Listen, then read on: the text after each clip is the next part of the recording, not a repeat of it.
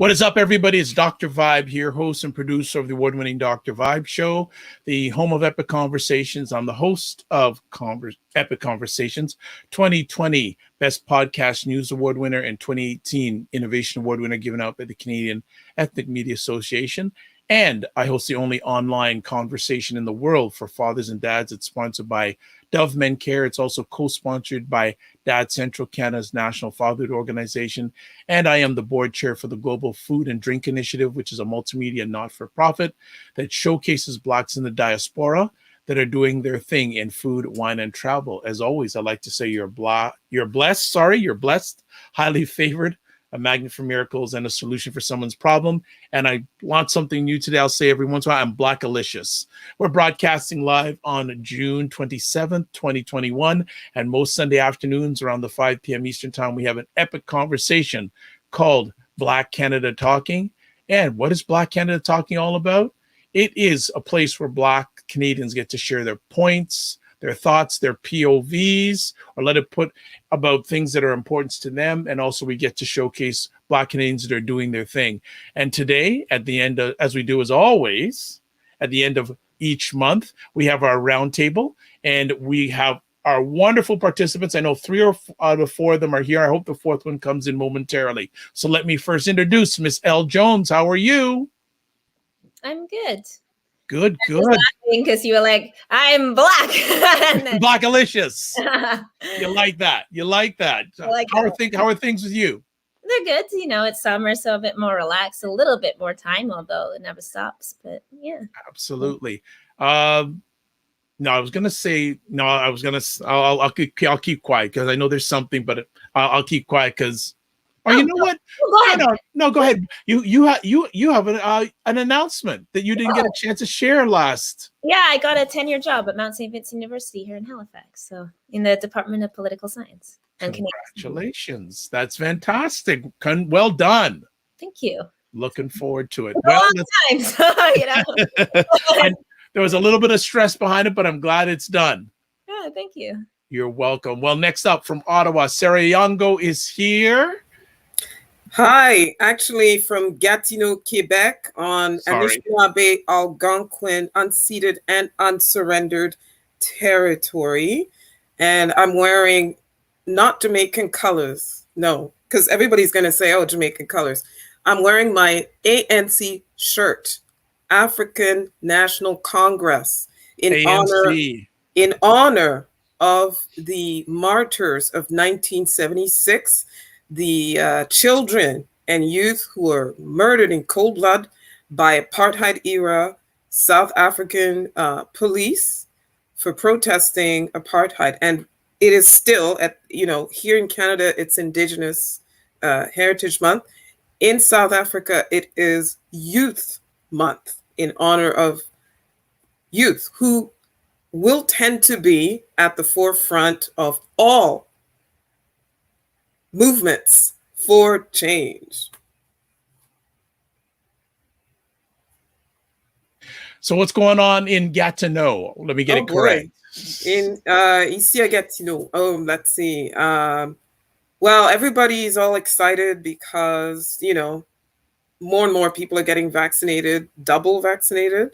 So things are opening up. So there are fewer protests. There are fewer anti-mask protests, which is a good thing. Yes. And here and there, people are sort of having little outdoor events, and summer is here. Excellent. Well, I'm going to get this correct. From Ottawa, we have Warren Clark. Yes. So Warren, what's going on, Warren? How we doing? I'm good. No complaints. Thanks for asking. I really appreciate being here. Always good to have a conversation among some brilliant folks. So thank you. And how's life in Ottawa treating you? It's good. It's busy, but it's good. No complaints. It's not raining at the moment, which is a good thing. It was raining for the last couple of days. So, it was good to go outside for a little bit and get some fresh air without being, hit with some rain in your face. So pretty good. Good no stuff. complaints. Excellent. Thanks. Well, thank you. Absolutely. Cesar is trying to be with us, folks, so hopefully he'll join us during the conversation, but we're going to get the stuff going. So our first conversation piece, and as I was saying to Sarah and Elle before in the early conversation here, this is putting us on the map. It's not the right thing that's putting us on the map, but our first conversation piece is the 751 unmarked graves of Indigenous children found at the former boarding school in Saskatchewan, Canada. Folks, what going on? Oh, hold on. Before we go any further, Cesar, it's here. You hear me? Yes, we can hear you. Hello, brothers. Hello, sisters. Sorry, just being late right now. Apologies. It's all right. No problem. You get yourself settled in. We're going to talk about our first conversation piece, the 751 unmarked graves of Indigenous children found at the former boarding school in Saskatchewan. Who wants to first converse on that one? Give their thoughts. I'll let Elle go and talk about Mi'kmaq territory and how it's being used. Yeah, so I think the first thing, and as Sarah said, I'm here in Mi'kma'ki, the ancestral unceded territories of the Mi'kmaq people, governed by the Peace and Friendship Treaties of 1752. I think the first thing to say is that this shouldn't be shocking. And Canada always makes claims to innocence, which is what white supremacy always does. Pretend amnesia, pretend shock, and then we had no idea. But Indigenous people have been telling us for generations that they knew these bodies were there, right? Like people have said, you know, my friend was there overnight and then was gone in the morning. You know, we saw graves being dug, like we knew children were going out. So people have known this and we just didn't look for it, which is like very Canadian. We don't like to keep the stats. That's why we don't have race-based stats. We just like to bury everything. We bury everything twice, right? Like once you bury the body and then you bury the memory of that body. So, you know, it's been generations and Indigenous people have been begging for the resources to search these grounds, to find these bodies. And now that we're finally doing it, what are we finding? But like exactly what they told us we would find, which is the mass graves of children, which is genocide. So, you know, a few years ago when the Missing and Murdered Indigenous Women and Girls report came out, remember that like the media got distracted into this on purpose, into this debate on using the word genocide, even though they had given us hundreds of pages justifying why that was appropriate. And I think anybody who doubted that and I remember like certain reporters, like right-wing reporters saying that like, you know, they couldn't believe in the Canada wouldn't do this. Of course, what they meant is Africa is the place where genocide takes place and not us. We're not that kind of place, right? That this doesn't belong to us. And this is genocide. How else can you argue? But, you know, these bodies of children that were deliberately separated from their families and deliberately murdered through TB, through like abuse, through neglect, you know, there's no other term for this than genocide. So this reckoning is long overdue. Of course, many people are calling for Canada Day to be cancelled and for us to have a day of mourning and reckoning and accountability, which I agree with, because we can't separate Canada. Of course, people want to say, well, it's just a patriotic celebration, but it's on the day for a reason. It's to commemorate Confederation. It's to commemorate these fathers of Confederation who were intimately involved in creating these schools, who deliberately set these policies. And we cannot separate the celebration of Canada from that history and from what we are actually celebrating. So yeah, I think all Canadians, all people living in Canada need to, you know, like be part of this reckoning and what that actually means. And of course, not just for Indigenous people, although this is an Indigenous issue, but also, of course, Canada's entire history of enslavement and colonialism and violence, also against Black people. Of course, Nova Scotia being the place where Black settlement has been the longest in Canada and a place where Black people have been burned off the land, Black people have been starved off the land. You know, you can read people like Halliburton talking about like deliberately starving us as we came up as refugees from the War of 1812, like trying to get rid of us, trying to ship us away. Like this is part of our history. Cornwallis in Halifax, who, you know, like we had a population of Mi'kmaq people down to 1,200 people because of him scalping and murdering people. And it took us, like the Mi'kmaq community, years to get that statue removed. Like, just like, can we get a statue down? You know, like these are the histories that we are, you know, relentlessly as Black people, Indigenous people having to confront and always facing this pushback on. But like that reckoning is long past due. So I think that's all I'll say for now. Warren, you're up. Echo, Elle, thank you very much for what you mentioned. I'm going to echo a lot of what you said. And the first thing I'm going to, point to, which, caught my attention in your talk is racialization and how dangerous racialization is.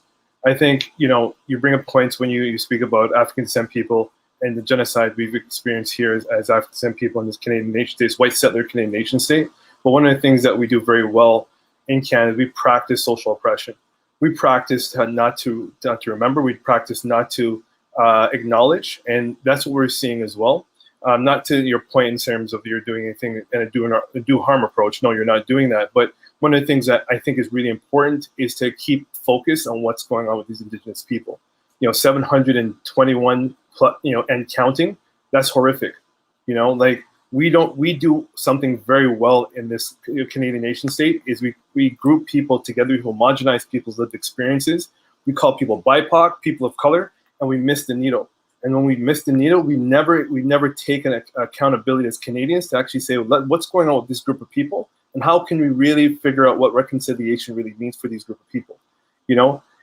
With this being said, I'm still, even today, I'm speaking with a friend of mine, and this is me throwing no shade at her. She's watching. This is not me throwing shade at you whatsoever. But her approach is, what am I doing for Canada Day? Am I celebrating? Like, I'm confused, right? And it goes to your point, just what you said, El. We sweep things under the rug. We don't take these things serious because, again, like I mentioned a moment ago, we practice social oppression. We practice not giving an F, to be very honest with you. That's what we practice in this Canadian nation state. And this is why it's become normalized, as in by next week or whenever that people think it's back to normal, here's another sweeping of the rug. I read an article from CBC today asking or begging the question, what's next? Who's going to be charged? And considering that these are murdering of people, right? And the article is saying that who are they going to charge? Not the Vatican's not taking responsibility. The Canadian government's not taking responsibility. You have Justin Trudeau going on TV saying he wants the Pope to apologize. Why do you think no, you apologize. You take this serious. You make the legislation. We all know the Pope is probably not going to apologize, not going to come to Canada and make apology for these people. These people have been suffering for years and years and years this far and continue to. When you think about Ontario and the Indigenous peoples in Ontario, still there's parts of Ontario where Indigenous people's not even getting clean, drinkable water. When are we going to, really take these matters serious as Canadians? And I agree with you, El. Why don't we cancel Canada Day? I think it should be. I'm not a part of this cancel cultural narrative. However, I think this is an opportunity to say, hey, you know what? It's time to take a time out from celebrating Canada for what we think it is and recognize Canada for what it really is. Right, and that's where again, this is not me attacking your comments, El, but we need to be very mindful of how we racialize. We need to approach deracialization at this point. We need to consider what's going on with these people, and if we're going to speak about Indigenous peoples, let's focus on Indigenous peoples. It's not a point where right now, especially when these numbers are probably going to skyrocket to thousands, right? That's where we're going. Manitoba found a few bodies. I don't think they followed up yet, but 751 folks. I know I'm being very long-winded here and dumb. That's not what I'm trying to do here, but I'm going to paint a picture in people's minds here. Think of a child beside you, who's beside you right now, or think of a child that you know very close to you. Like, they murdered people that age, or murdered people that that size. That is disgusting. That is horrific. We can't give people a pass on this. If we're not being vocal on this, if we're not taking these matters serious, what reconciliation are these people really going to receive? So I'm going to stop there because I don't want to dominate, but I see Sarah and trusting that we can tag team this collectively. Go ahead. Go ahead, Sarah.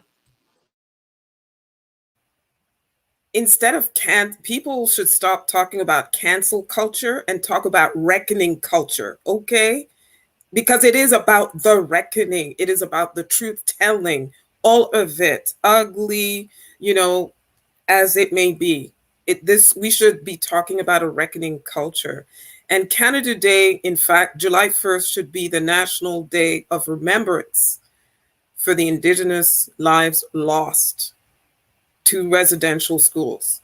I know June, there is the month of June. As far as I'm concerned, all year, our First Nations, Inuit, Métis should, have a place of honor. But July 1st should be that National Day of Remembrance. For me, ever since I started following the work of the Truth and Reconciliation Commission, that was a number of years ago, and started marching with indigenous people from here, from Algonquin, from the Anishinaabe Nation here. I've always had in the back of my mind, the idea that I'm a settler. Yes, I'm Black and I endure racism, but I'm a settler like other people who came, after the indigenous, the original occupants of the land, and that it is my patriotic duty to continuously educate myself on how come there are so many indigenous people missing. I keep trying to imagine, like, what would this land look like if there hadn't been this? Yes, a genocide, cultural and otherwise, a genocide. What would this land look like? And all Canadians should have that in the back of their minds constantly and do what they can where they're at, whether it's psychologically, economically, or whatever, to be a part of, the process of rebuilding this indigenous community that was destroyed, right? And I highly recommend for people who are still sort of, it's still a theory. They live far away from Kawasas. They live far away from Kamloops and unmarked graves. No, y'all need to watch We Were Children. You need to watch that National Film Board film from 2012. I went to the launch of that at Library and Archives. I was disturbed for weeks after that, because just like Warren was talking about, look at the children in your life, around you, even in your home, and just imagine. They were children. They were children. They were snatched away from the arms of their parents and their communities, some of them never to be heard from again. And I'm sorry, for me, Canada Day will be from now on, the national day of, mourning and remembrance. And by the way, I was just telling a friend of mine in Washington, D.C., who was asking me, what the hell is going on with the indigenous people over there? The apartheid government in South Africa learned all of their barbaric practices, some of which were applied to the South African youth that I honor by wearing this shirt. They learned those observing what was happening on Indian reserves here in Canada. So, all those myths about Canada, and no, we even exported our ways to the continent. I'm going to stop there. Cesar.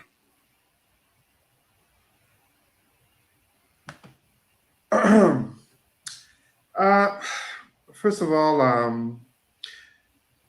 I am absolutely in solidarity with the Indigenous people of Canada and what they're going through. It may sound redundant to say that, but when we're speaking about 751 unmarked graves, we must update the number. It's actually, to the last numbers that I got, 1,323 when we count as of the 215 from Kamloops. Thank you, Caesar.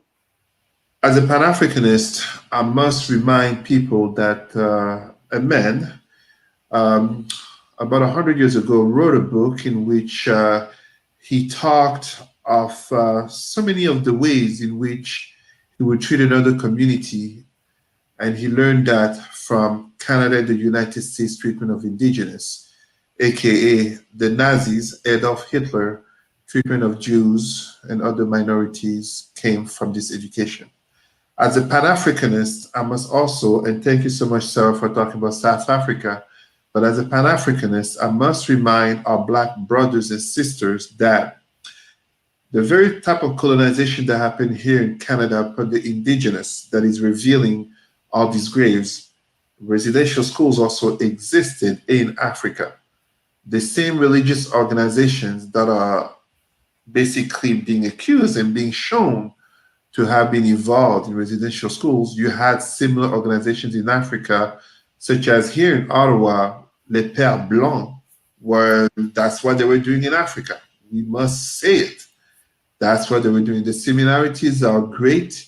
Allow me to go even one step further in showing similarities. Christian churches in Canada were the #1 slave masters. Yes, there were those like McGill, the founder of the university, but the church was the #1 slave master in terms of holding slaves. And the main two communities, if not the only two communities of slaves in Canada, were Indigenous and Blacks. So many similarities, how not to be in solidarity. And as such, in going a little bit further than what my sister Sarah said, it's not about cancel culture. I'm not into cancel culture, but it's about accountability culture. And as Warren said, it is not for Justin Trudeau to wait for the Pope to apologize when the religious and the RCMP will want to kidnap, let's call it what it is, will want to kidnap Indigenous children to put them in schools in order to remove the Indian out of them. That was decisions from the Canadian government since the very first Prime Minister, John A. Macdonald. And as such, Justin Trudeau, for all the good that we can talk about Canada, and yes, Canada has a lot of positive elements as a country to live in, 100%. But for all the positive elements that we can talk about Canada, it is upon Justin Trudeau and his government to go beyond nice speeches and appearances, such as what happened in London for the Islamophobia attack, but to truly recognize the roots into the creation of this country. Because just imagine if in the Caribbean and Africa, our Black people knew that in this rich and developed country as Canada, so many Indigenous communities don't even have access to clean drinking water. Yet they see Canadians coming to build wells and, to propagate this postcard image of Canada, which it's a fallacy. It's a fallacy. So unfortunately, on the reality side, I strongly doubt Canada, they will be canceled for Indigenous issues because ultimately they look at it from a perspective of, demographics and people voting and, community power, which truthfully Indigenous people don't have here. But why don't they have it? Because of systemic racism, because of colonization, because of institutional violences upon them that basically right now we're still at the surface of all of these issues. More is to come. And I know you and so many others will stand in solidarity. We are settlers. We just came here differently. And God, thank you, our Black people are in no way responsible nor have caused hurts to Indigenous people. And as such, we are to stand in solidarity. There are too many similarities between what's happening to them and what has happened to us in the name of colonization. Too many similarities. Anyone want to add on to what's been shared already? Anyone else? You've all come up with great statements right out of the box. Okay. So go ahead, Sarah. Yeah, I just wanted to add, we've said, how apologies are not enough. I mean, Trudeau's gotten quite adept at apologize for this, that, and the other. I'm waiting for his apology on August 1st, Emancipation Day. He's going to apologize for something else, blah, blah, blah.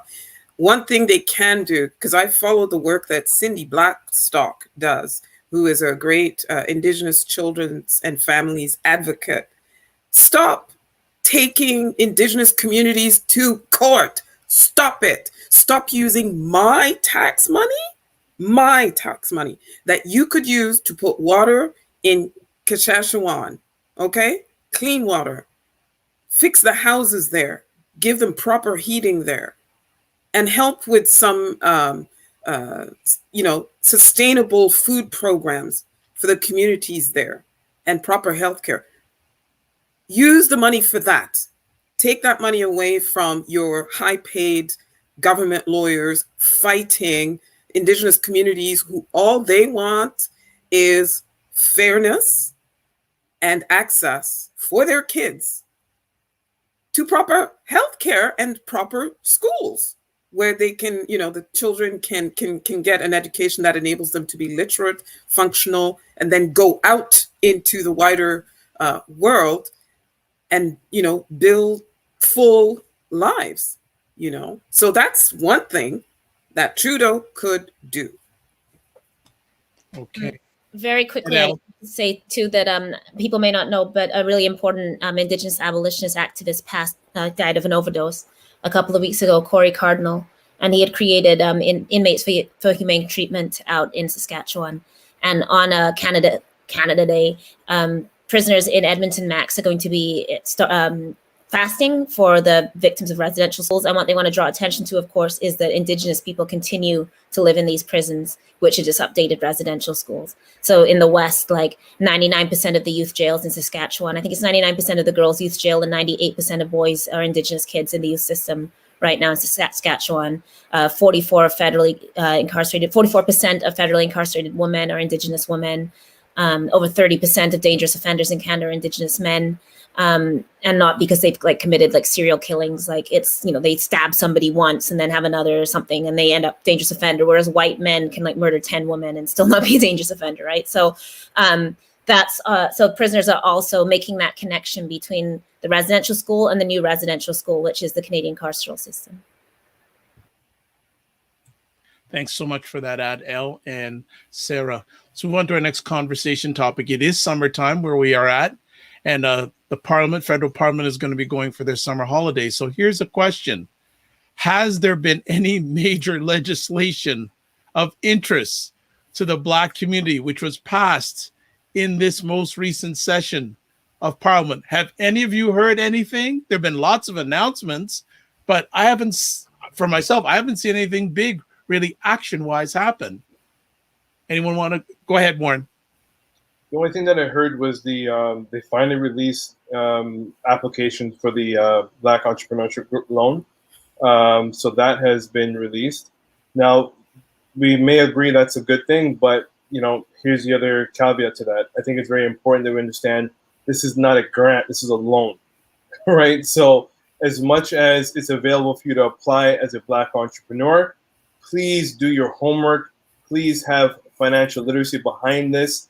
Do not just go and apply and grab your loan or money from the government. If you're not managing your finances carefully, you will be in debt. This is not a grant, right? I've spoken to a lot of people who about this loan. The first thing coming out was grant. Oh, they're giving us money. No, they're not giving you money. That's not how this works, right? It's a loan. So please, please, please do not treat this as a grant. Do not treat this as free money. Please educate yourself. I am strongly advising folks who are listening. It is really important. The government does not give free money. They're not the business of giving free money. I'm going to be very vocal about that. I don't know if anyone here would like to chime in on that. It's really important that we educate our Black community on this topic, particularly financial literacy. It's a huge importance. So I'm going to stop there so let people chime in. Sarah, go ahead. Yeah, well, I mean, in terms of legislative measures that were taken, a lot of them had to do with the pandemic for the last little while. And while I welcome the fact that there were wage subsidy supports, etc. There were supports for people who, most like seasonal workers and that sort of thing. So once the pandemic is over, what's going to happen to that? And by the way, just because the House of Commons has risen does not mean that a lot of laws, the bills that were tabled have passed. So there may well be bills that could have benefited the Black community that have not been passed because the House has risen. And chances are we are going into a federal election, people. At our station, we're getting ready because everything indicates, people saying goodbye in the House of Commons. They were like 20-something members of parliament, some who've been there 18 years, 15, 13 years, or just one term, who are not running again. the floor crossing incident, which we will talk about when we talk about Anime Paul of the Green Party.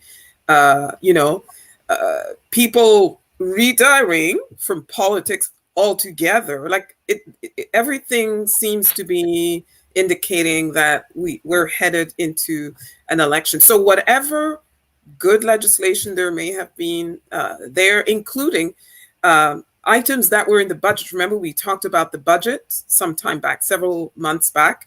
And when we had that discussion, we talked about some of the measures, including what Warren was referencing, the Black Entrepreneurship Program. There was some other initiatives like, this was kind of a wishy-washy measure, but a measure that would address the problem in our federal public service with the hiring and promotion and advancement, right, for people of African descent in the federal public service. By the way, that class action suit is still ongoing.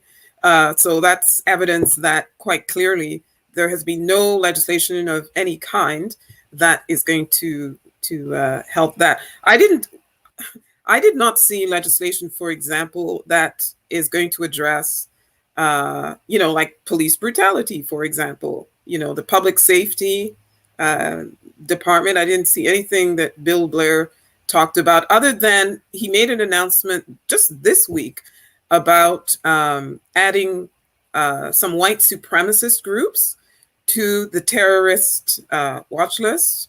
What is it? The 3 percenters were added. There were 3. There was one individual and 2 groups or something who are known white supremacists, dangerous white supremacists, who were added.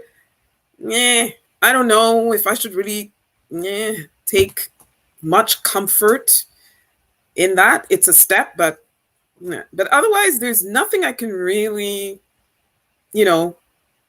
celebrate. There was some designations. For example, August 1st now is a national observance for Emancipation Day. The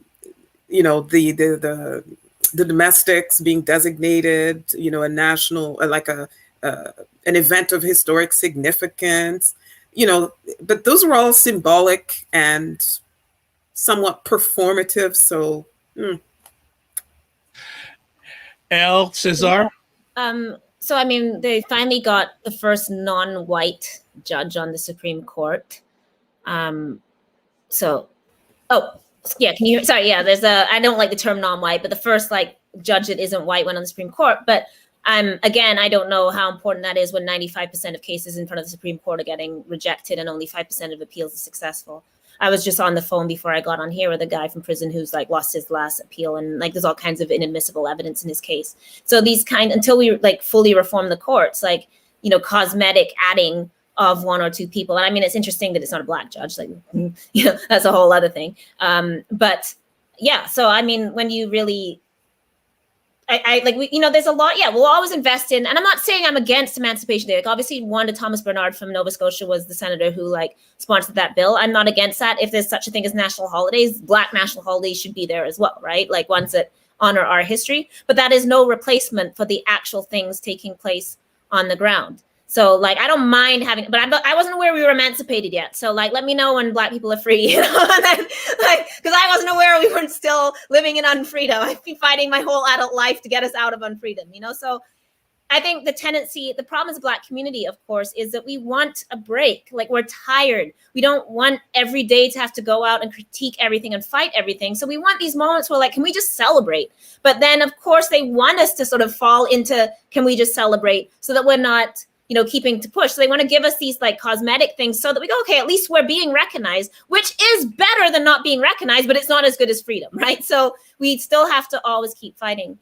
There has been some push on decrim. I was actually part of the National Drug Use Task Force on that under the health minister, so to try and propose a path to decriminalization of drugs in Canada. But I mean, that has no legislative force. We'll see what happens, I'm not optimistic, and I was on the thing, so there's been again, there's some cosmetic moves around mandatory minimums, but crowns and cops still have discretion. So we know that they're going to continue to convict and press Black people and give us the heaviest sentences and not let us into drug court and all of those things.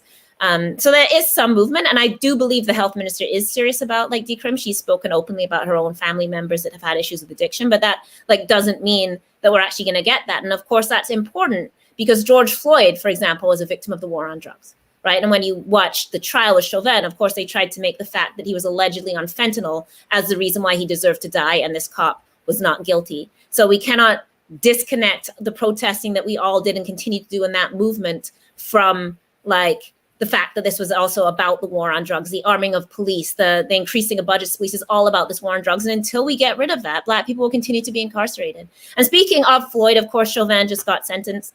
My friend Margaret Kimberly said they didn't sentence him for killing George Floyd. They sentenced him for starting a movement. And she's like, they'll never forgive him for that. And that's why they gave him a long sentence. She was like, I was never scared he was going to get a short sentence because like, look what he sparked in Black people. And that's what they're punishing. And I think that's probably a pretty good read. So I'll stop there, and Cesar and Warren. I just want to say I echo that, Elle. It's funny. It's coincidentally really quickly. Cesar, I'm sorry. I always do this to you, man. I'm sorry. I always jump in right before you talk, and I'm so sorry. It's Elle's fault. Let's not blame Elle. I'm joking, Elle. I'm joking. I'm gonna read something to folks that coincidentally, Elle, you brought something to my attention. Well, actually, my father did before I went on the show today. He sent me this video that indicates Black men who has done I'm using this term loosely, petty crimes, and received a maximum sentence, such as stealing a $135 coat. It's actually a video I can forward to people who are interested. A smidge of heroin, and not justifying that it's okay to do stealing and drug use. I'm not saying that. But the comparison here, what I really want to bring attention to is these Black men who received life in prison with no parole. And the video then speaks about Derek Chauvin getting 22 years or 22 and a half years for killing murdering. Sorry, I'm use that word in my talk here, George Floyd. What was compelling to me, what my father said in his note, he says, what has Black people done to deserve such treatment? And, I sit here, just people know, if you want to say happy belated birthday, I will take that. My birthday was on June 19th, so Juneteenth. Miraculously, the work I do is crazy. Eh? Well, no, anyways, I sit here as now a older man, I'm 40 now, and my father, who is now, coming to me for education and asking me, what do we do? And I don't know what to say to him. It's very telling where my father, when I was a young age, my father looked at me and said, Warren, these are things you have to look out for. Like, as a Black young man, you gotta protect yourself. You gotta move a certain way.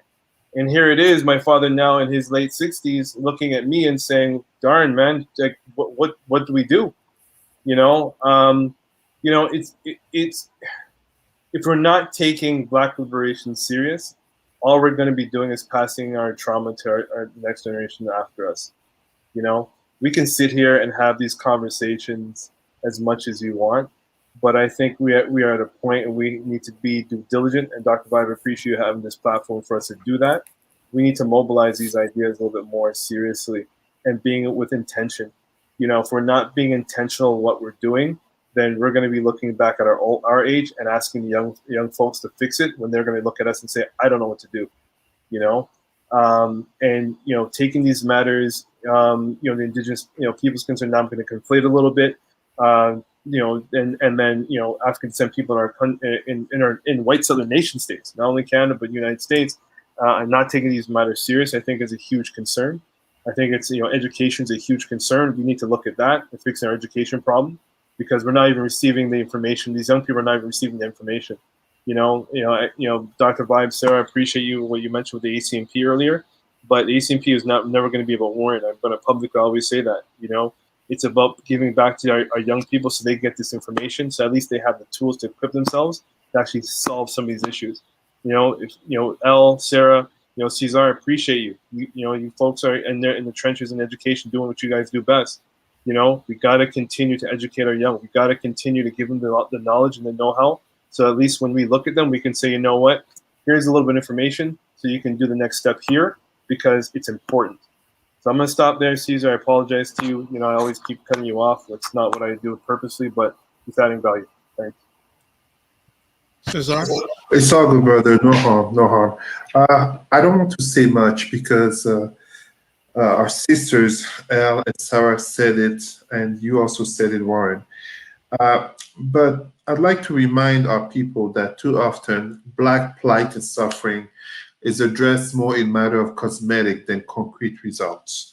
In Canada, we get loans, aka recognition of systemic racism and injustices in history and society, but you get loans that you have to reimburse with interest rates.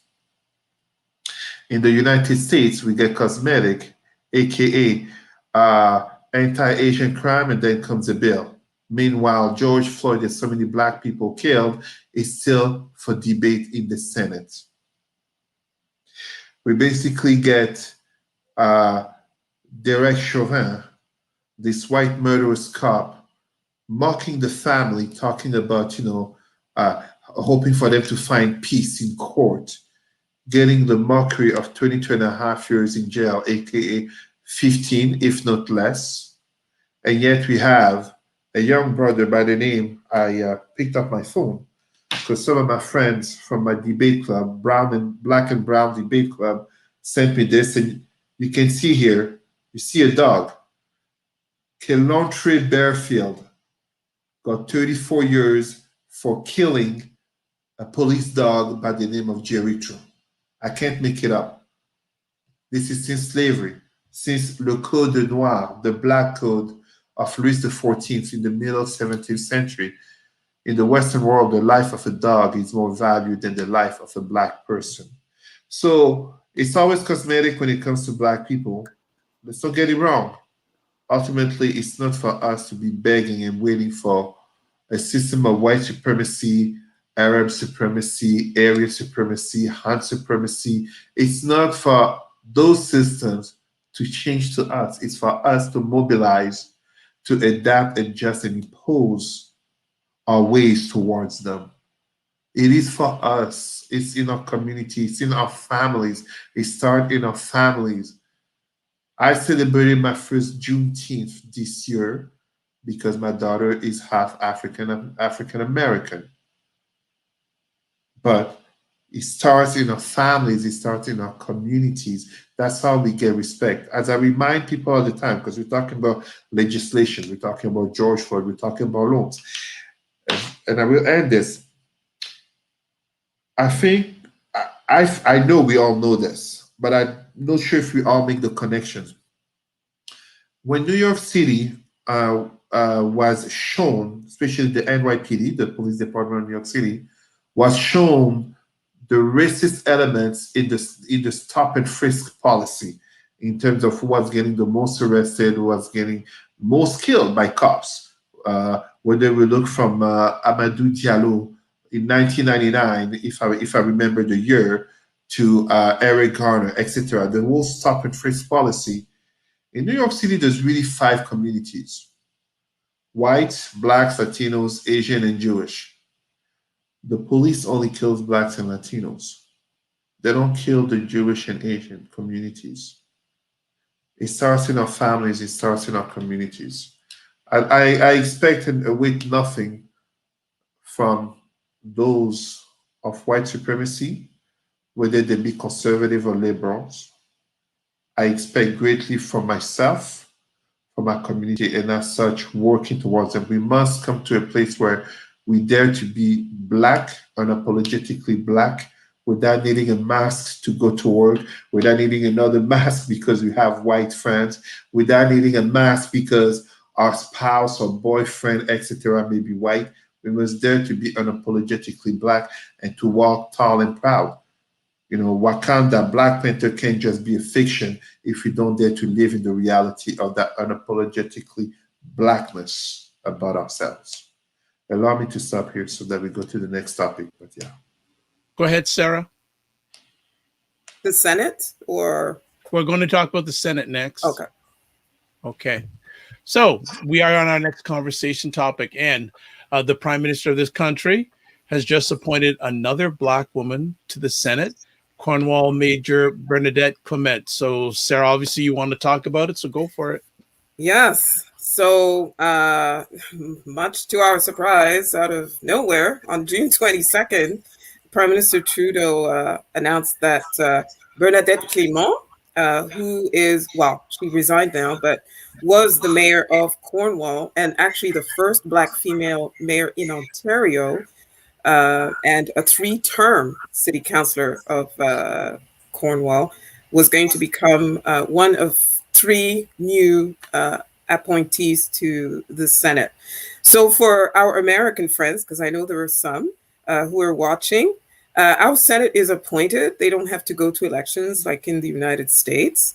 And the appointments process has tended to be very partisan, so that each prime minister would very obviously appoint people from their own party so that there would be a better chance of whatever legislation from their party passing in the upper house. Because here you need both houses, just like in your system in the US and in Great Britain, both houses must, approve a bill before it comes law.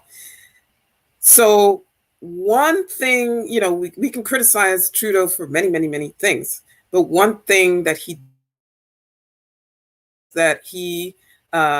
expelled all senators from the Liberal caucus. So there was no longer Liberal senators. They became independent. Now we have different groups of senators. You have independent groups, you have Canadian senators, you've got, okay. So basically how it works now is that there was an independent advisory board for Senate appointments that was created. And as of 2016, 52 new senators have been appointed using that process. And one thing that process did do is blacken up and, brown up more, because there are more of the South Asian, Middle Eastern, there's more of those than there are of us who have ended up in the Senate. So that's one thing. And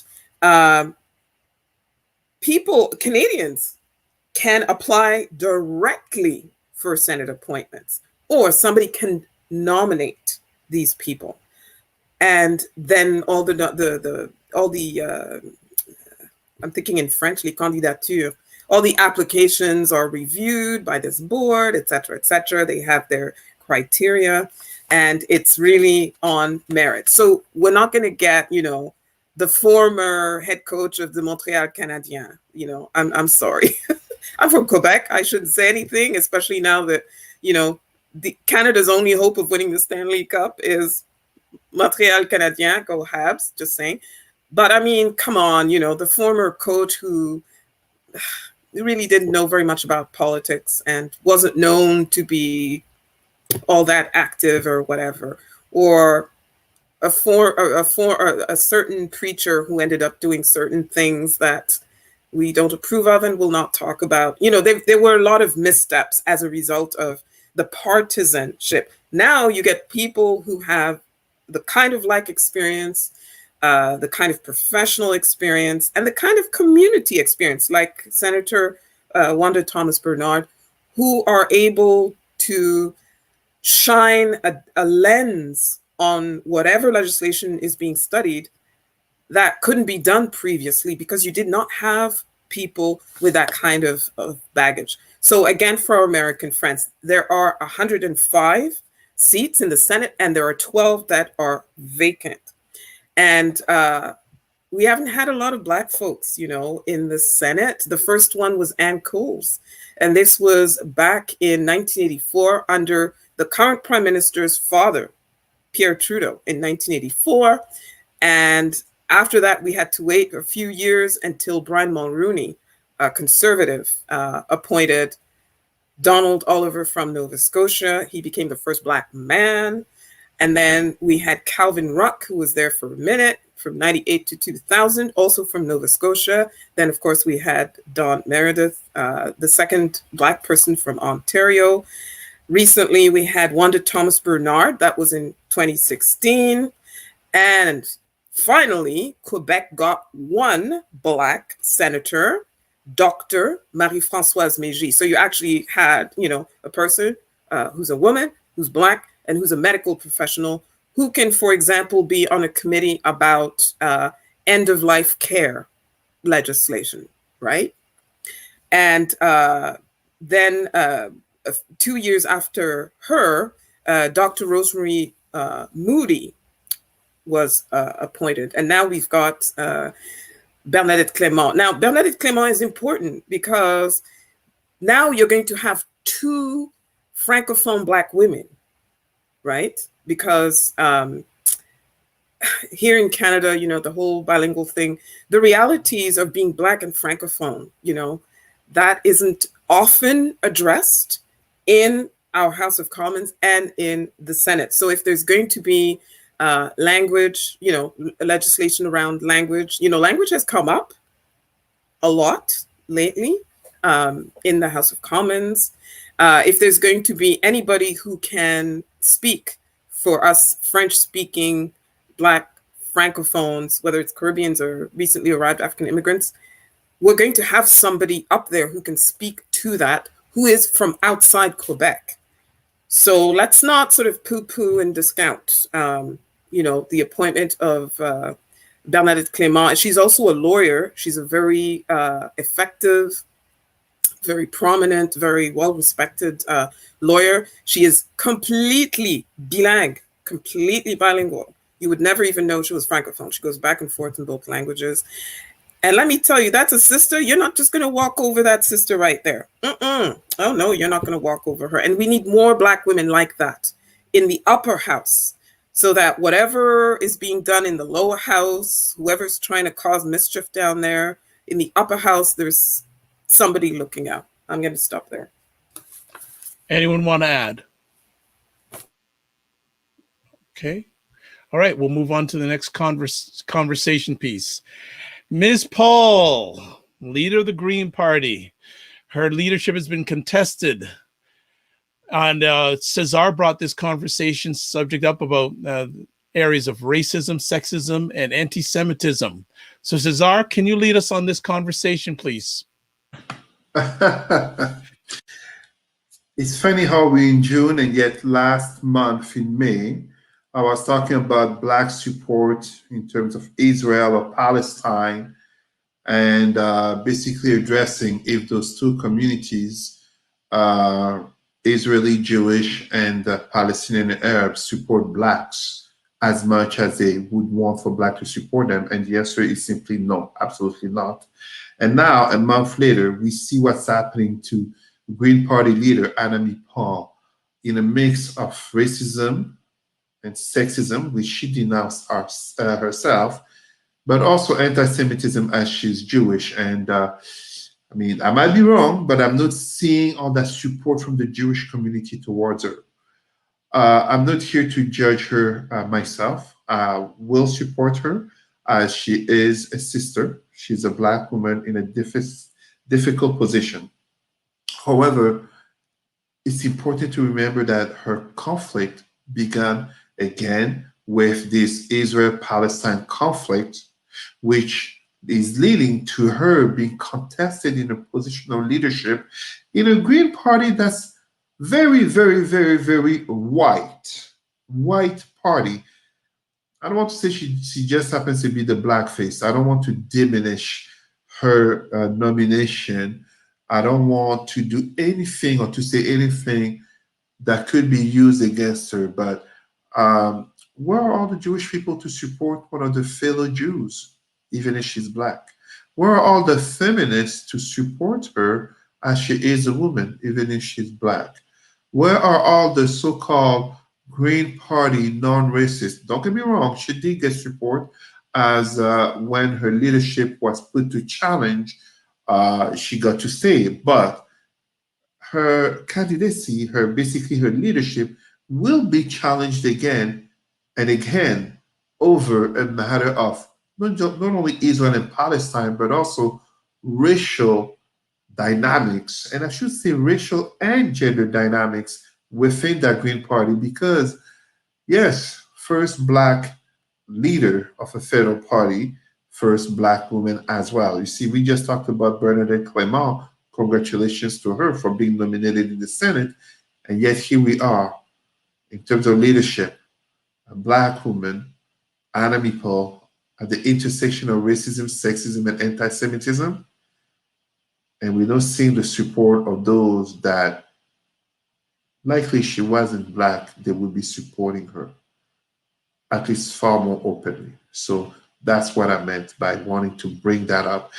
Because to me, honestly, and I mean, I say it again, time and again, Black people will never be respected as long as they will be part of those Abrahamic faiths. They will never be respected. I'm a former Christian and a former Muslim. I say it openly, I don't hide it.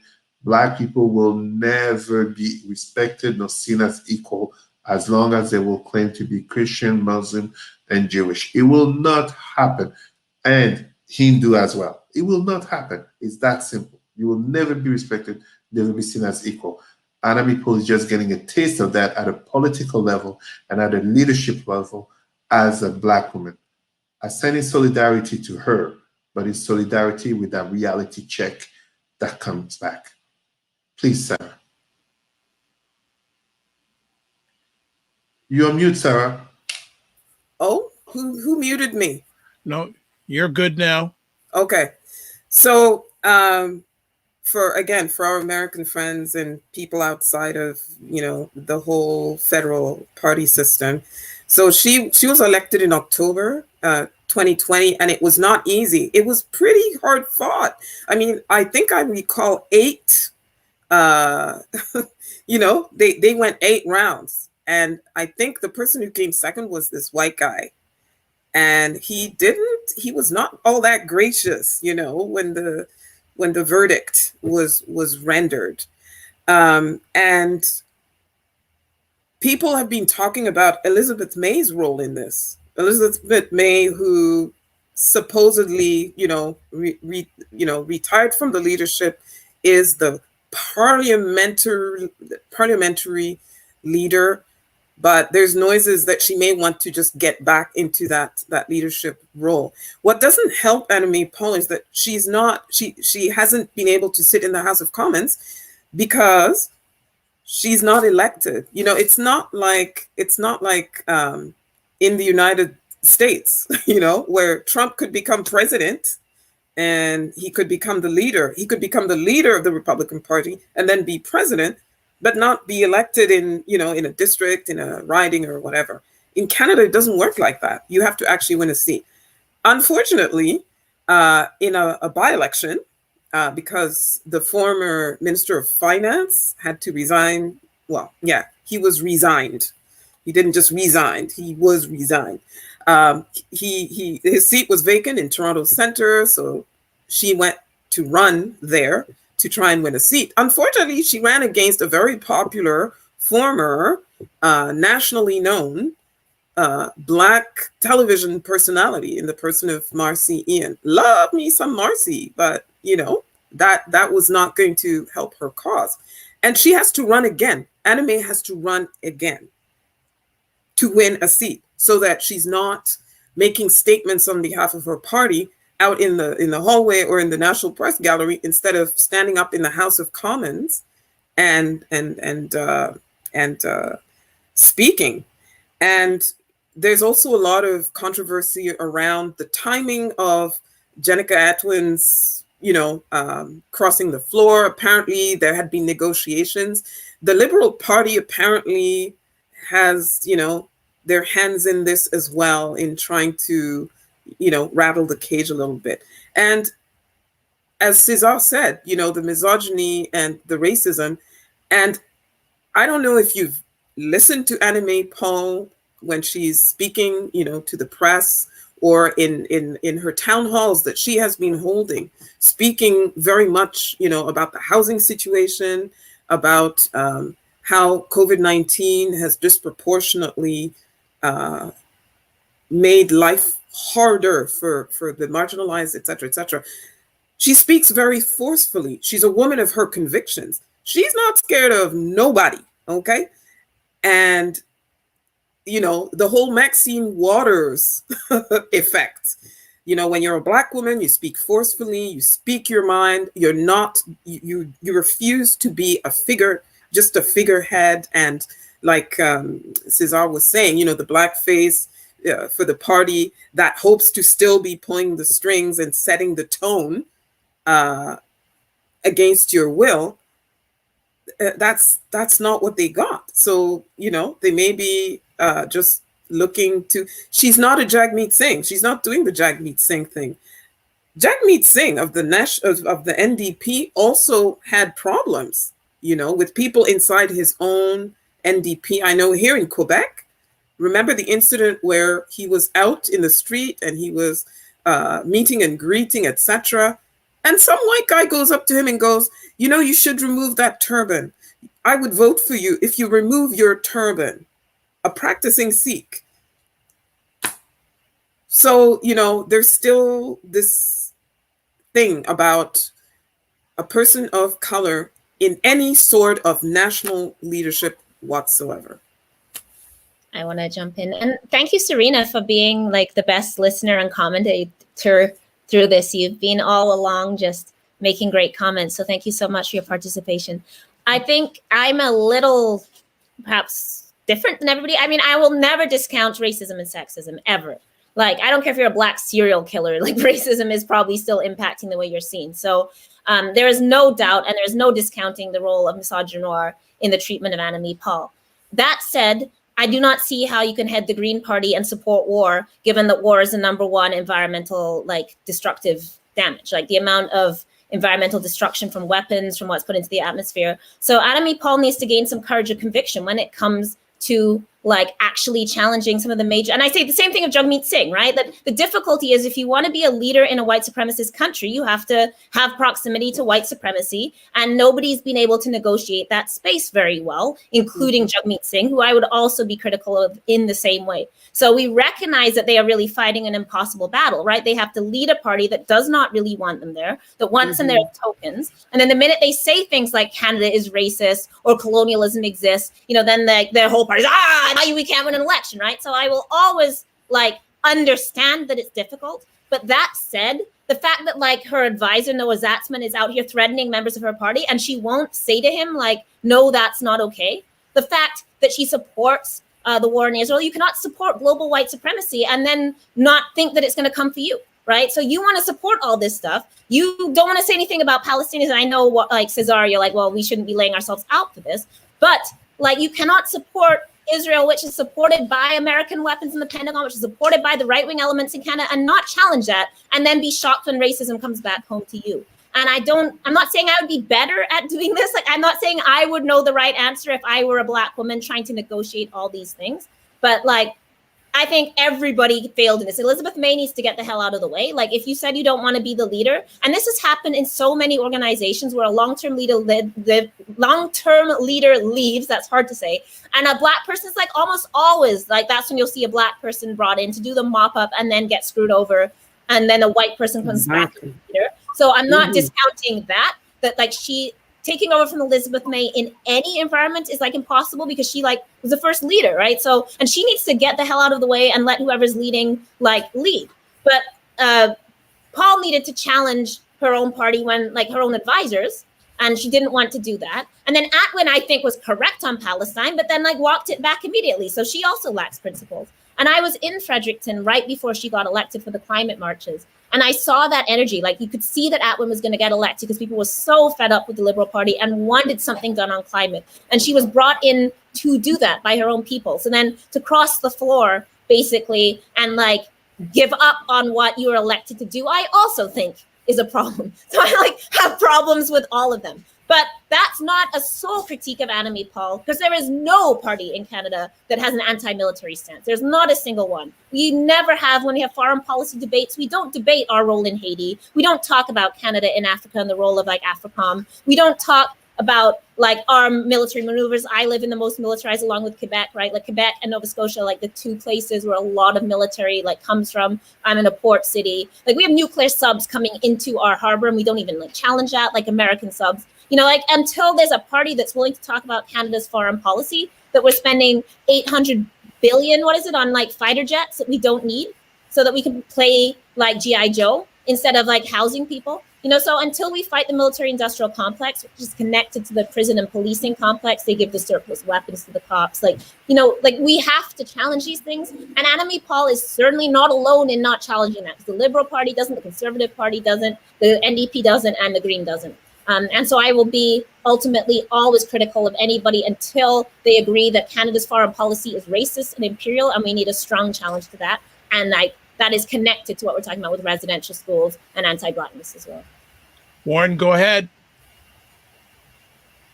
Al, thanks for bringing that smoke, because you just allowed me to say what I have to say. Thank you very much. I was trying to say, give him that smoke, Al. I was trying to get in there, but you were giving it to him, so thank you. I heard the term yet this week. Your skin folk your kinfolk is not always your skin folk. You know what I mean? And we talk about. I'm going back to the new appointed senator. I think it's amazing, sir. I really appreciate you laid down the education on us. Much appreciated. But I'm always going to be one of what are you doing with that power? How are you going to, really strategize and plan for people who you say you want to liberate? I'm always going to be that. I think, respectfully, Elle, I think you would agree when I say this. You've taken a new appointment, and so have I, respectfully. We are going to be in a position of power, and it's our duty now in this new role. How do we use this power to continue educating in a do no harm approach? Because how dare us go into these roles and oppress young people or oppress learners? It's a huge contradiction. It's an oxymoron. It's like, how dare you, right? With Anna-May Paul, to be very honest with you, the Green Party, if you look at it, it's a socialist movement. That's what it is. They are for the the environment. They are for anti-oppression, anti-racism, and so on and so forth. And some of the things that I've heard and read in the news in terms of how her advisor, like Elle just mentioned, is she didn't reprimand or even address the her representative, where I think it could have been addressed. I question that, right? Like, what is the the mandate, or what is the outcome is that they're seeking? We talked about Jagmeet Singh a moment ago in terms of how he's playing on that on the fence with white supremacy. I think at this point it's like when you're in these positions, you either do what you say you're going to do, or you don't. And if you don't, then you have to ask yourself, why are you doing this, right? Like, is it for fame? Is it for fortune? Is it for why are we doing all this work that we're doing? Are we really trying to liberate people, or is it? And I've never been in this space, right? I'm only speaking from the perspective as an educator, right? Like, maybe one day I'll be there. I don't know. And if I am, then I'll get more insight. But when you get into these roles, and you see the nonsense, I think it's a point you have to ask yourself: why stay in the nonsense? Is there another way that you can liberate people? Is there another way that you can, use your voice to actually make change? I look and rely on my mentor a lot. Although he is not Black, and he was a white man, he passed away last year. I remember when I had this drive to be in politics, and he looked at me and said, "No, you can use your voice other ways." And he was absolutely right. I don't need to be in the mix of white supremacy to say that I have power, to say that I can make change. We can do it other ways. And I think this is an opportunity. Again, this is not me swaying anybody's opinion about Anna-May Paul at all. This is not me saying you should, vote, whoever party you want to vote for. That's up to you. But I do think, if we're not being able to liberate the people we say we want to liberate, then why are we playing in these sandboxes? So I'll just stop there. Go ahead, Sarah. Hi, yeah. Before I make my quick comment, I'd like to send a shout out to Kevin Friday, my friend Kevin Friday. Kevin Friday, he's made several comments about the political process because he ran in Ottawa Vanier for the Conservative Party in a riding that had a heavyweight who had been there for many years. And I have to salute that, you have people who look like us who are just going ahead and, running as candidates at great cost in all kinds of ways to represent in the political arena.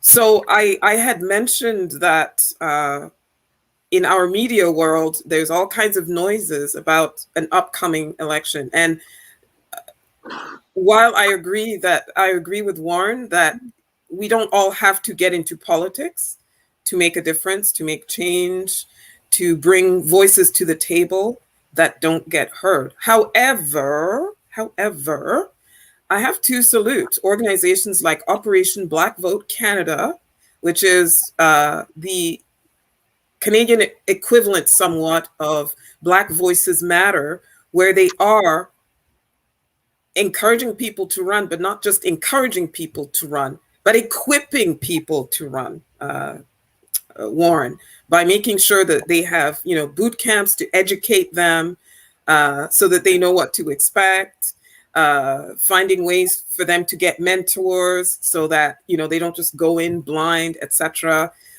helping them organize their campaigns, etc., etc. So it's important for those brave people amongst us to continue trying to get into the political arena at all levels, because we do need not just a presence, we need the people and the voices. And by the way, this political process, we pay for these governments, people. We can't sit on the side. We pay. It's our tax dollars.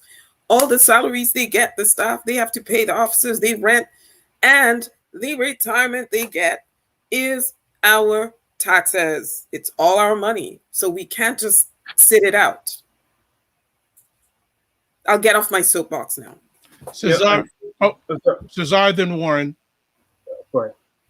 I'll go quickly. First of all, saluting Kevin Friday as well, my friend of more than 20 years and a member of our Black and Brown Debate Club.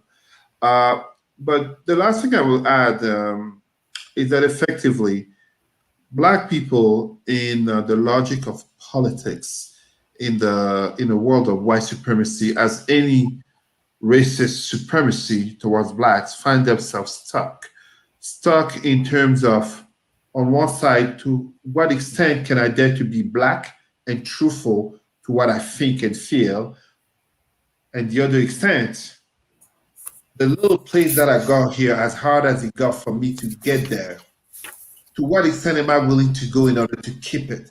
This is what's happening here with Anami Pohl in terms of the refusal to directly challenge her so-called advisor, which has led to the loss of one of her party members who was sitting in the parliament. Understand, the Green Party losing one member, that's 33% of its membership in the parliament. That's how small, but also strategic each and every decision becomes. At the end of the day, we end up suffering a sort of schizophrenia, such as has been denounced since by the likes of Frantz Fanon, but also James Baldwin, in terms of Black people have to eventually decide, do I dare to be unapologetically Black, or to what extent will I be you Negro? If you understand, James Baldwin said, I am not you Negro. Yet we have so many of our Black people, and here, the Candace Owens, so many politicians, so many even activists, the fist is raised until some opportunities come by white supremacy, and then suddenly you see it lowering down, looking at the potential of opportunities. This is fundamentally a problem. I do not want to say or do anything that can go against the Green Party leader, our sister Anami Pohl, but eventually it has to be a reflection within one's own Black soul. I mean, Al said it so well. At the end of the day, you cannot support Israel and its war machine, etc., upon the Palestinians in a context of colonization, most of all, and yet want to talk about what? The environment, peace. It's so fundamentally contradictory that it becomes ideological schizophrenia that is a reflection of one's own Black soul in non-Black spaces. Warren, did you want to add?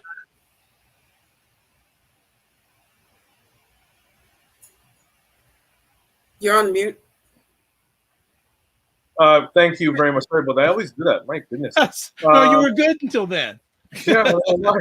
It's all right. Kevin, really appreciate your comment. I don't think we ever met. Thanks for your comment. I just sent him a link to our private chat, which I'm asking to be sent to the public chat. And my comment in terms of, and not my comment's not to sway anybody's opinion about the Green Party. Please, no. My comment is based on things I've read in media, such as Mel Woods mentioned in September of this year or of last year, sorry. Eco Socialist Green Leader. It could happen in what does it mean for the Green Party? So it's me pointing to that this is something that this party is thinking about. So if we want a chance to read that article, please do.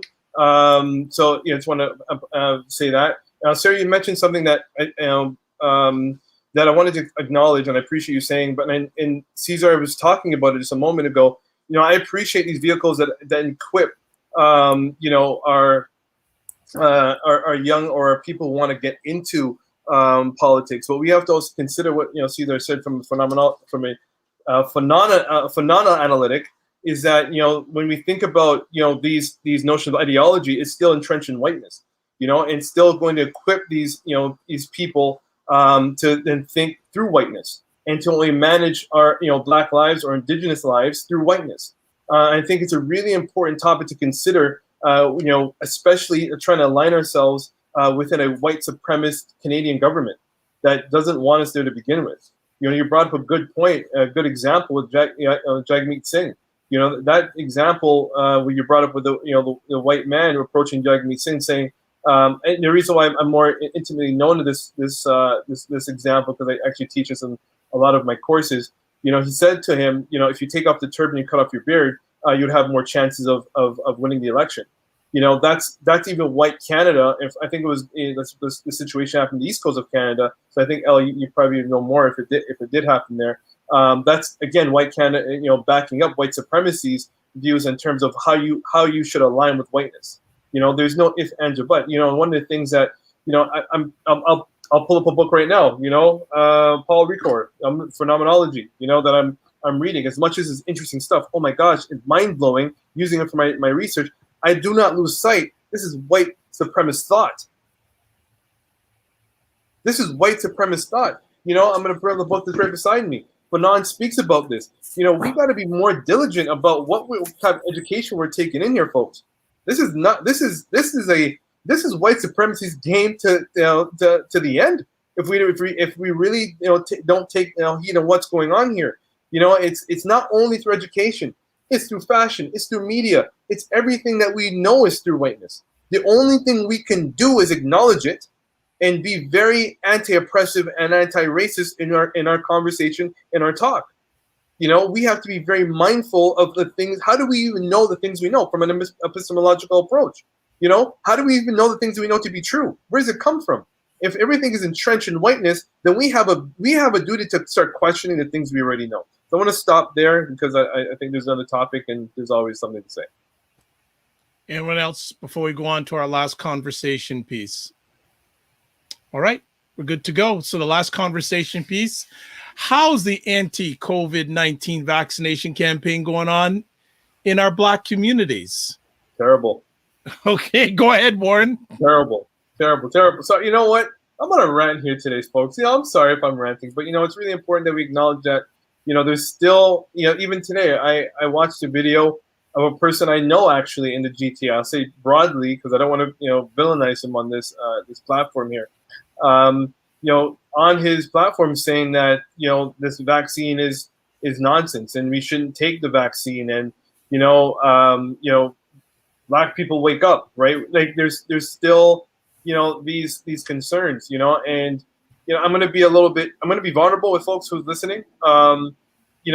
What is important for us to for me when I think about this COVID-19 is, my aunt. My aunt's been in the hospital since January, and thank God, she's still with us. But I'm telling you, her condition, if she didn't have that vaccine, I'm telling you, folks, she wouldn't be even. I'd be still mourning her passing, which thank God I'm not, right? Like, everybody has a different view on it. I can't tell you what to do, but please know that, I know a lot of people in the healthcare system, I know how stressed out many of these nurses are. I know that there's a lot of people who are sick, and it's not, this COVID-19 is not does not discriminate. Everybody's it can be impacted by it.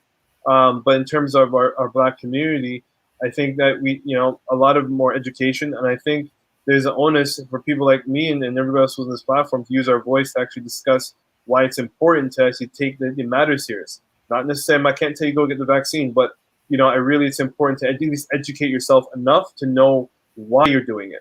A lot of people are going off blind faith. A lot of people are going off, and Cesar, you've mentioned this so many times, and I appreciate you, my brother, for mentioning this, is that even though the religion that you claim to say, that, Cesar, I'll let you chime in more on this, that you claim to say to give you the information as to why you shouldn't take a vaccine is through that white supremacist discourse yet again. So I think there's a lot of understanding why. I think there's a lot of people that and I get it. A lot of people just want that quick information. They want to use that banking system education in terms of just deposit information. Let me just learn to do what I got to do, or doing what I don't want to do. But I do think they were at this point in terms of what's happening with this this coronavirus. I think it's really important that we take a little bit more heed in our community. So I'm going to stop there for others to chime in. Sarah? Yeah, well, there's still that problem of vaccine hesitancy, but I'm getting the sense that it's less than it was even a few months ago. And this has a lot to do with different Black communities organizing online town halls with physicians and nurses and medical specialists and virologists and researchers who look like us, some of whom have been filmed actually getting vaccinated. Because it's one thing if it's Fauci or Dr. Tam, our Dr. Fauci, telling you on TV every day, blah, blah, blah, the virtues of, the vaccine. But it's a whole other thing when you've got Black medical professionals who look like you telling you, listen, you are my people. I love you. The devastation we're seeing in the ICU is such that we can't do this anymore. Conspiracy theories are not going to get your loved ones back who've been lost to COVID-19. So please do it. So I have to applaud the proactive measures that have been taken by organizations like the African Canadian Association of Ottawa here, the Jamaican Canadian Association in the GTA. My God, they had a huge vaccination drive that was very, very, very successful. The initiatives over in Montreal, in the Montreal Nord neighborhoods as well. And that's been very effective because I find not just Black people, but all of us, there are too many of us who still are not making the link between if we break the chain of transmission, vaccination, masks, hand washing, et cetera, once we manage to break that chain of transmission and community transmission slows down to practically nothing, the sooner we do that, the sooner we can get back to quote unquote normal, whatever normal is going to look like, because I don't think we can really go back to business as usual. Myself being a continental African, I am extremely, severely preoccupied with what is going on in Africa. And I'm going to be letting Cesar talk more about that, because as everybody can imagine, the vaccination rate over there, people want to be vaccinated and they cannot be vaccinated because there are no vaccines, okay? The supply is too little. When it gets there, rich people can buy their way to the front of the line. Some governments are hoarding. I'm hearing some clinics are, some people are even stealing, the stuff right out of the warehouses, and they are appearing in private clinics where people are getting vaccinated, et cetera, et cetera. And now in the sub-Saharan region, that's where I'm from East Africa, Kenya. I'm from Lake Victoria area. our entire area, Kenya on one side, Uganda on the other side, there is now like the epidemic is out of control. The India virus is the India virus. I shouldn't call it the India virus. It's the Delta virus is there on top of I think it's the Beta virus, which is the South African one, which has been there since February of last year. And we have to get a handle on this because that region in sub-Saharan Africa is a hub. Flights coming in and out from all across the continent, from Europe and from Asia, to access all the different countries, south and north. I'll let Cesar continue with this. What I would say very quickly, I will take the example of what's happening in Uganda, where I was informed this week by a white sister, Amelia, who has been doing a lot of humanitarian work over there, about the tragic cases that are happening in Uganda where COVID is spreading. And not only you have bad governance, but as well as Sarah was mentioning, the very nature of corruption. It's not unique to Uganda. It's too often the case in far too many of our countries. There comes a point in time where we have to stop blaming the white man and the Asian man and the Arab man and the alien man. No, our countries are severely failing our own. Yes, some will say it's easy to criticize from the Western comfort of living in Canada, but it makes no difference. It absolutely makes no difference, because whether here or over there, at the end of the day, the tragedies that our Black communities worldwide, in Africa, in the Caribbean, I mean, you look at what's happening in Haiti in terms of how it is actually spreading. It's not enough of a conversation, but COVID is actually spreading, and yet we know the great insecurity, but also failure of governance along politics, as in Haiti, that is not making it easy to vaccinate people. Yet, people want to get vaccinated. They don't want to get vaccinated because they didn't learn from another campaign from white supremacy to kill Black people. No, they want to get vaccinated because they want to stay alive, because they read and they hear about what's happening to other communities, other nations. I mean, we talk here about the Delta variant, aka the Indian variant, how it's killing and decimating people. I talked earlier this week, actually, no, last week, sorry. I talked about how in Brazil, it has crossed 500,000, 500,000, more than 500,000 people have died by COVID.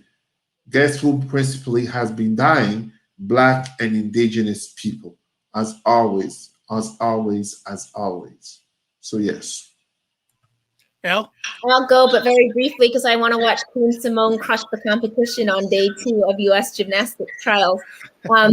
But also to add into the international piece, of course, is also the embargoes that countries participate on. So Cuba, for example, which has a long history of sending doctors across the Caribbean to provide free medical care. But of course, the U.S.-led embargo, which just came up for UN vote again. 182 countries voted against it. U.S. and Israel voted for it, and 3 countries abstained. And despite the overwhelming global support to end the blockade, there's still a blockade. And of course, one of those things is like needles aren't getting into Cuba.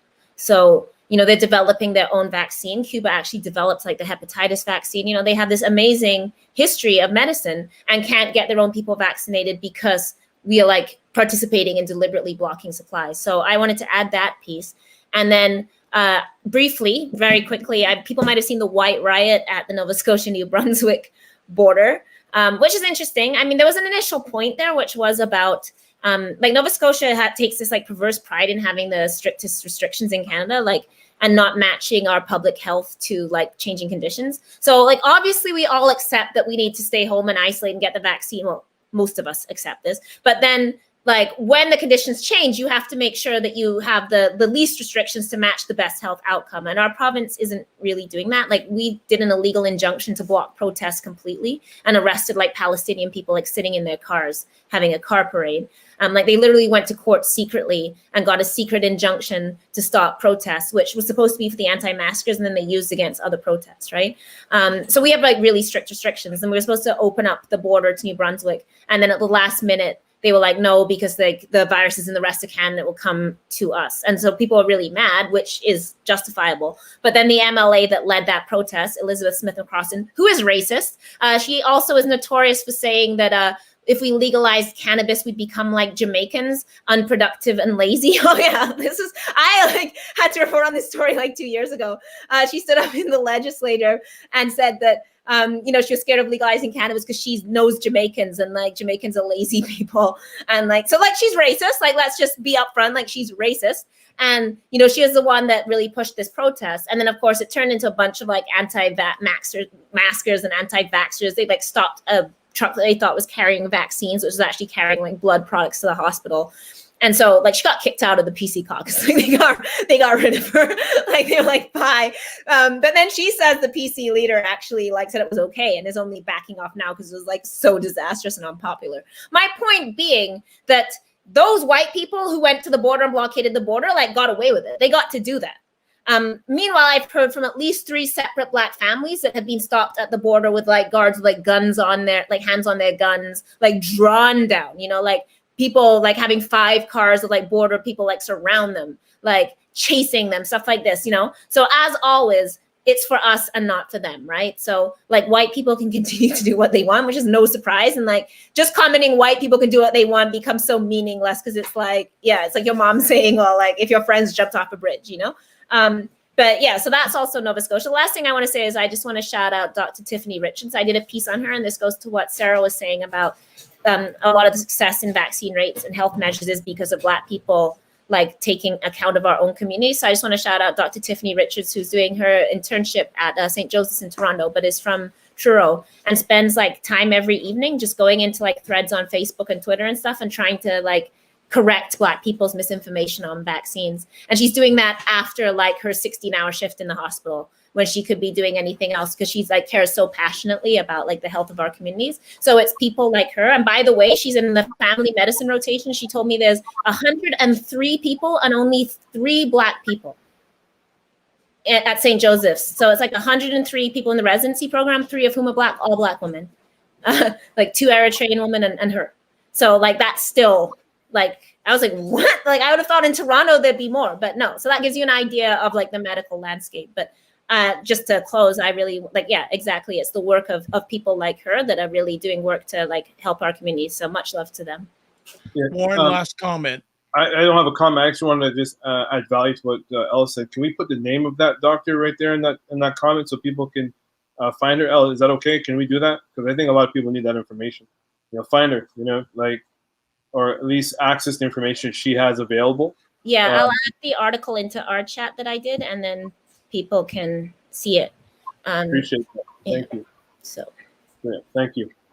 All right. So what we're going to do here is we're going to close it out. Another spirited conversation by all of y'all. Thank you so much for taking the time to stop by. And since a certain lady's going to see Simone go crush it, any final comments and where people can get in touch with you? Yeah, you can email me, al.j1es@msvu.ca. Still not on Twitter. Still scared of Twitter. Can't get on my Facebook. They won't increase the limits. But yeah, and just, shout out to all the Black women living life effortlessly and pissing people off while doing it. Queen Simone has the goat on her leotard, and it's like, they were on her flip-flops too. I saw it on her flip-flops. Yeah. Like she always has a goat, and people just can't handle like a Black woman who knows that she's good. Like she's not flaunting it. She just is. She knows she's good and she's embracing it, and like people can't handle her. So, every Black woman can learn from this. Like just embrace your strength, embrace your power. Like you're always going to have haters. So own it and like just be out there. So yeah, we're all excited for, like I think Simone, who has come into this like white sport and transformed it. And now you look, her entire gym is all Black women. Like they sent like 7 Black girls to like trials. So we're taking over too, So like, And they try to change the point so she can't win. They keep giving her scales like lower points. So, and that just shows you that like they can never defeat us. So we always talk about these really hard issues and like white supremacy. And I just want to acknowledge, like, not even, we don't have to be Simone. We can just be cooking our dinner or like raising our kids or like living our lives in community. But we know we can like have that greatness as Black women and as Black people. And like, we cannot let ourselves get knocked back by all this. We just have to keep embracing our strength unapologetically. So shout out Simone, and I'm going to go watch her. All right, no problem. Sarah? All day, every day, as a former gymnast myself, yes. But I'd also like to shout out Sha'Carri Richardson. Yeah, LSU Tiger, what? With her orange hair, yellow hair, green hair, I don't care. They need to stop hating on a girl and just let a sister run, because, you know, Flojo and them have, you know, they started something. Sha'Carri and them are just continuing the legacy.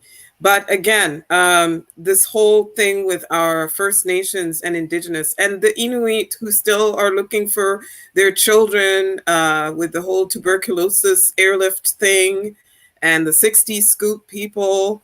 And, I mean, there's just a litany of injustices and horrors that our Indigenous people have lived through. I would like to, like Cesar, you know, again,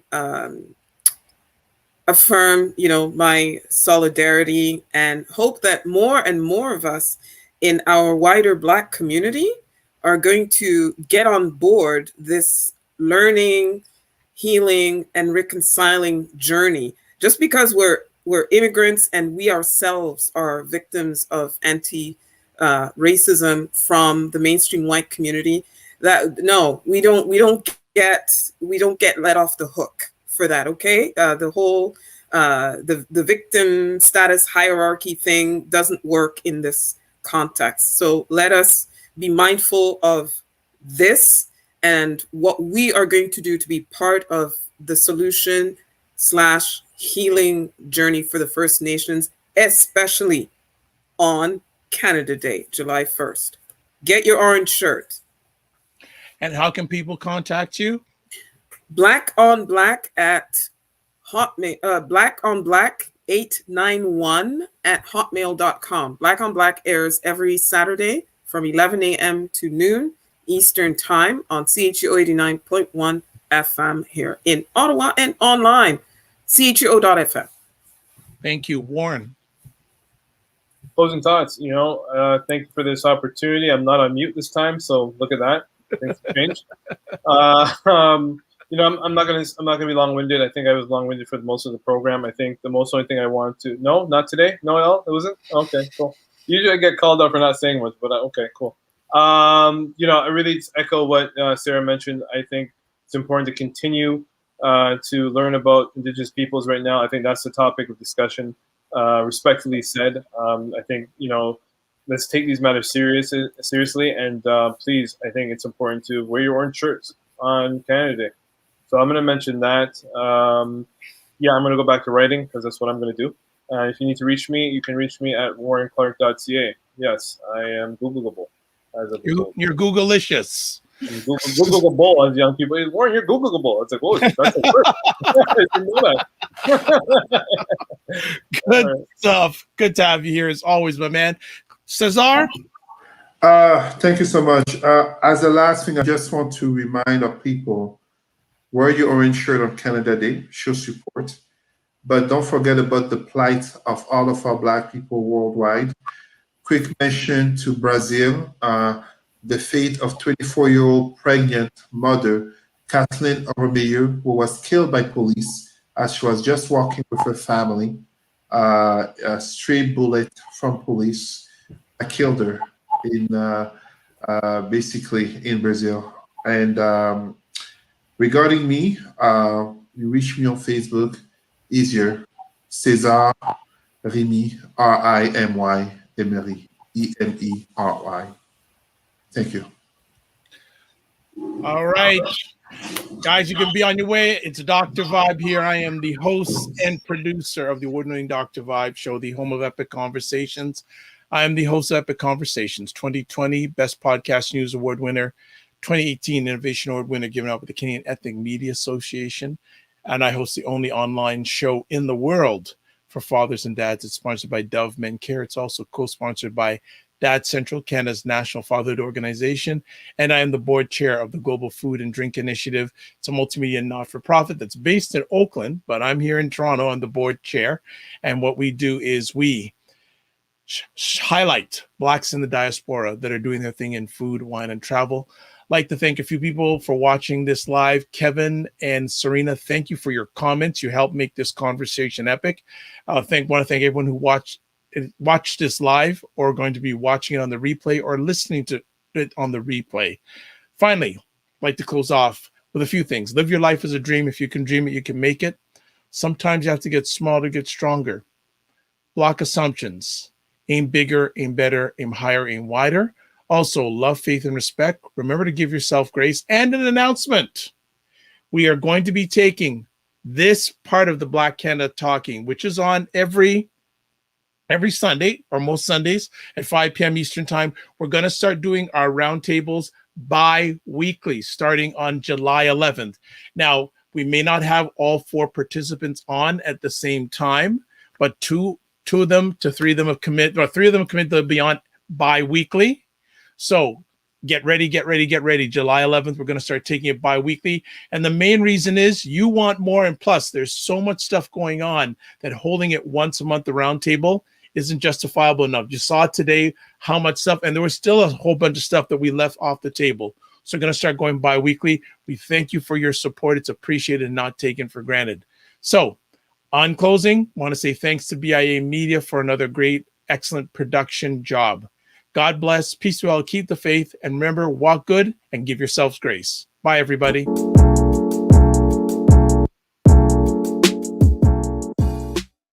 What is up, everybody? It's Dr. Vibe here, and it is Black Canada Talking time. Black Canada Talking is a live online event that provides Black Canadians the opportunity to give their takes on stories, POVs that are of importance to them, or we showcase Black Canadians who are doing their thing. The real aspect of what goes on behind the walls or behind the fence is a totally different persona and a totally different picture. There was just a big sense of relief when we finally got there.